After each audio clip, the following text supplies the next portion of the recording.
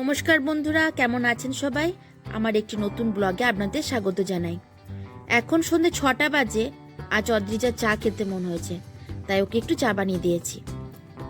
ওর পাশে যে দেখছেন পুচকুকে, ও হচ্ছে আমার বোনের মেয়ে। একে কিছু মুখে দিলেই মুখ সরিয়ে নেয়। আজ কি জানে কি হয়েছে, দিদির সঙ্গে বসেছে চা খাবার জন্য। আবার যদি বিস্কুটটা হাতে ভেঙে দিই তাহলে আবার খাবে না। বিস্কুটটা ভেঙে আমি প্লেটে রেখে দিলাম, ও নিজে বিস্কুট তুলে তারপর চায়ে ডুবিয়ে খাবে। পুচকুর আর একটা গল্প বলি শুনুন। সর্বপ্রথম ও কিভাবে যে বুঝতে পারে ওর বাবা আসছে, ওর বাবা আসার আগেই ও বাইরের গেটে গিয়ে দাঁড়িয়ে পড়ে। তারপর ওর বাবা আসে, হাত পা ধোয়, জামা কাপড় ছাড়ে, আর ওর বাবার পিছন পিছন ঘুরতে থাকে। ওর বাবা ওকে কোলে নিচ্ছে না দেখে হঠাৎ দাঁড়িয়ে থাকতে থাকতে পড়ে যাওয়া নাটক করলো আর কাঁদতে আরম্ভ করলো। আমি গিয়ে সঙ্গে সঙ্গে তুলে নিয়ে একটু ঘুরিয়ে আবার ঘরে এসে দাঁড় করাতেই দেখছি কিছুক্ষণ পর হঠাৎ আবার পড়ে গেল আর প্রচন্ড কান্না করতে আরম্ভ করলো। ওর মা গিয়ে কোলে নিতে চাইলে মায়ের কাছেও গেল না, আর সমানে বাবার দিকে তাকিয়ে থেকে কাঁদতে আরম্ভ করলো। তারপর ওর বাবা গিয়ে কোলে নিতেও চুপ করলো। আমি তো দেখে অবাক, এইরকম ছোট মাথায় এরকম বুদ্ধি।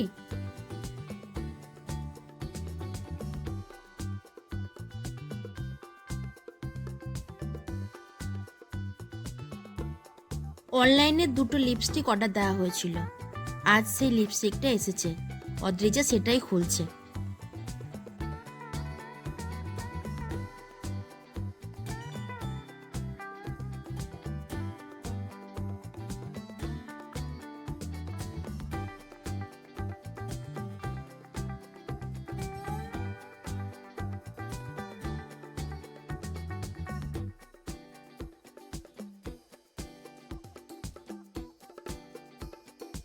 আর এই যে সবার প্রথমে ঘুটু শোনার দরকার সবকিছু।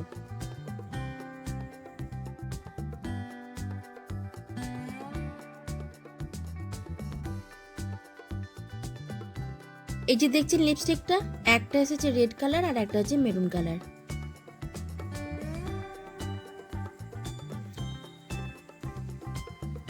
আর এই যে বোনের বর এগরোল নিয়ে এসছে, পাশে খুব সুন্দর এগরোল হয়। তো সবাই খাবে না, আমরা তিনজনেই খাবো, তার জন্য 3টে এগরোল নিয়ে এসেছে।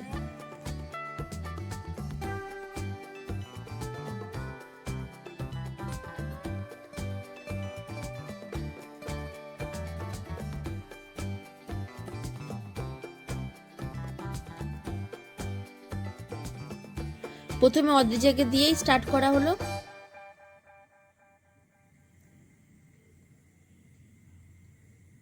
ওকে জিজ্ঞাসা করতে কেমন হয়েছে খেতে, ও বলছে ভালো। এদিকে আমার বোন আজকে একটা সুন্দর মাছের ঝোল খাওয়াবে। প্রথমে আলুগুলোকে কেটে নিয়ে তেলের মধ্যে ভেজে নিল।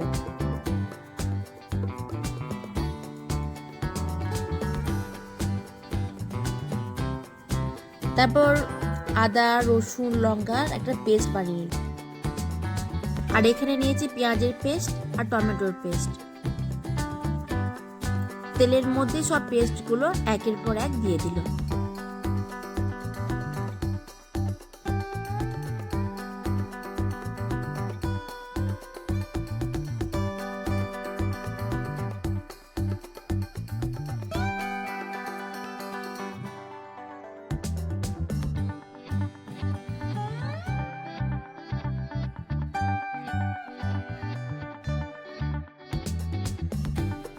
এবার সব পেস্ট করলে একটু নাড়াচাড়া করে তার উপর এবার দিচ্ছে নুন, হলুদ, ধনে গুঁড়ো, জিরে গুঁড়ো আর লঙ্কা গুঁড়ো।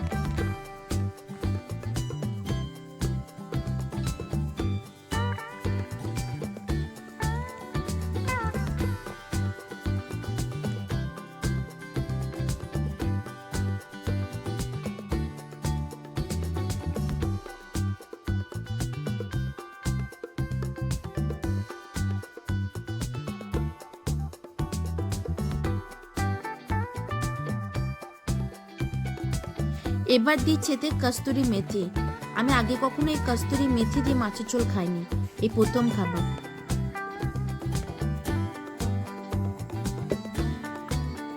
আর এটা দিচ্ছি লঙ্কার গুঁড়ো।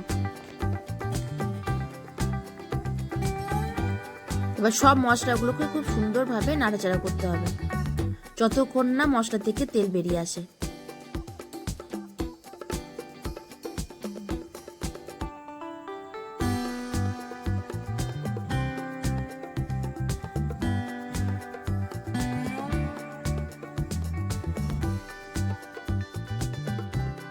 এবার এই মশলাটার মধ্যে ভেজে রাখা আলুগুলো দিয়ে সামান্য নাড়াচাড়া করে তারপর জল ঢেলে দেবে।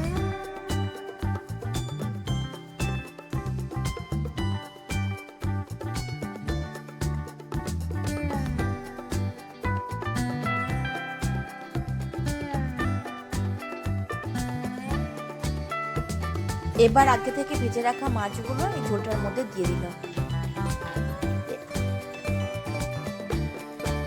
ঝোলটা ফুটে উঠলেই আর আলুগুলো সিদ্ধ হলেই হয়ে যাবে কস্তুরি মেথি দিয়ে মাছের ঝোল।